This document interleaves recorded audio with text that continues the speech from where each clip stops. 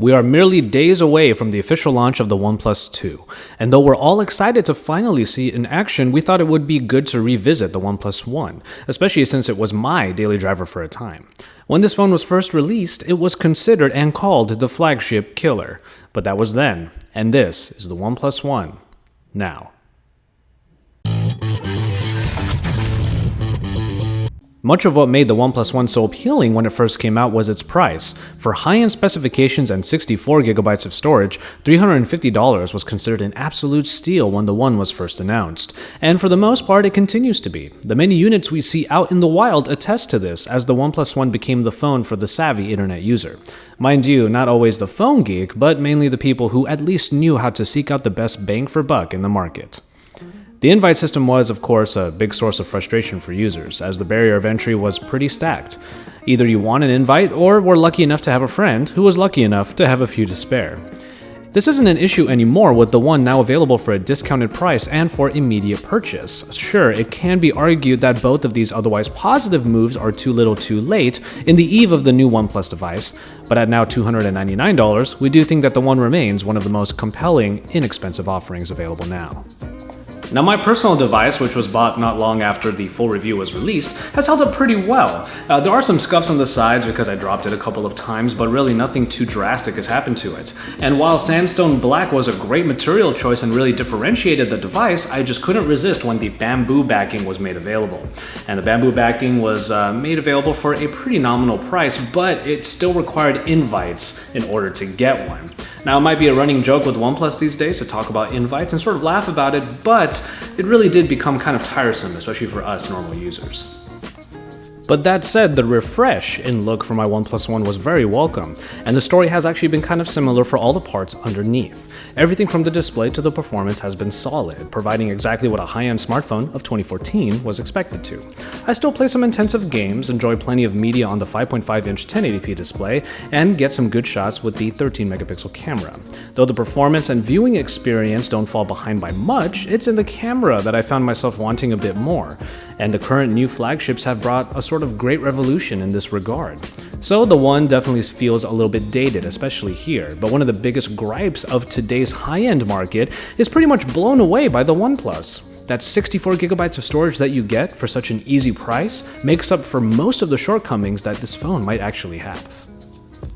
And the software, by Cyanogen, has since been updated to 12S based on Lollipop, and it's a worthwhile upgrade that brings all that Cyanogen mod fans pine over, some real customization tools, the same gestures as before, and every little feature originally afforded the One, with material design making it all look better.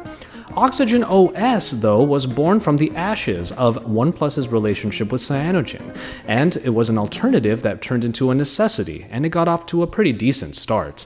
But not only is it based on an earlier version of Lollipop, it is also about as stock an Android build as it can get, which is both a good and bad thing because stock is always great, but Oxygen still feels like it has a ways to go to really differentiate itself from the pack. Which kind of brings me to what I think makes the OnePlus One still relevant even until today. The Snapdragon 801 that's found in here is obviously not going to be as fast as the 808 or the 810 that we're going to see in future devices. But I would argue that back when this one first came out, it provided a benchmark to what an inexpensive device should feel like. And now today, we have a bunch of those. Whether or not they're powered by the Snapdragon 615 or they have a lot of software optimizations, you can get a pretty reliable device for sub $400. Sometimes even sub $300. And I would argue that the OnePlus One, while it did not start this trend, definitely shined a bright light upon it. And now, because the OnePlus One specifications pale in comparison to this year's new high-end flagships, considering the One as part of the inexpensive but reliable smartphone tier feels best. And there's always a market for these kinds of phones. The OnePlus One won't win any contests against the Samsung Galaxy S6 or the LG G4, but that's the job of the OnePlus Two, whose new Oxygen OS and supposedly different but still disheartening, somewhat, invite system will undoubtedly pose some challenges for it. Instead, the OnePlus One can be best considered the phone you get when you need to save some money, but you can be certain still that the phone you get will perform to a daily standard. Sure, it has had its share of controversy, but when taken in a vacuum, the OnePlus One mostly continues to succeed at what it was meant to, providing a great smartphone experience without breaking the bank. So you might be able to snag one right now, and I would almost recommend that you do so if you've waited until now, because we never know what's going to happen to this phone once the OnePlus 2 comes into existence. For all we know, the OnePlus One might fade into obscurity, but we certainly hope that it won't, because even if it's not the flagship killer anymore, at the very least, it can stick around and become the affordable phone killer instead. As always, thank you guys very much for watching, and I hope you enjoyed this look at the OnePlus One now. I still think it's a very compelling device, especially at its current price point, and the fact that you don't need invites to get it anymore.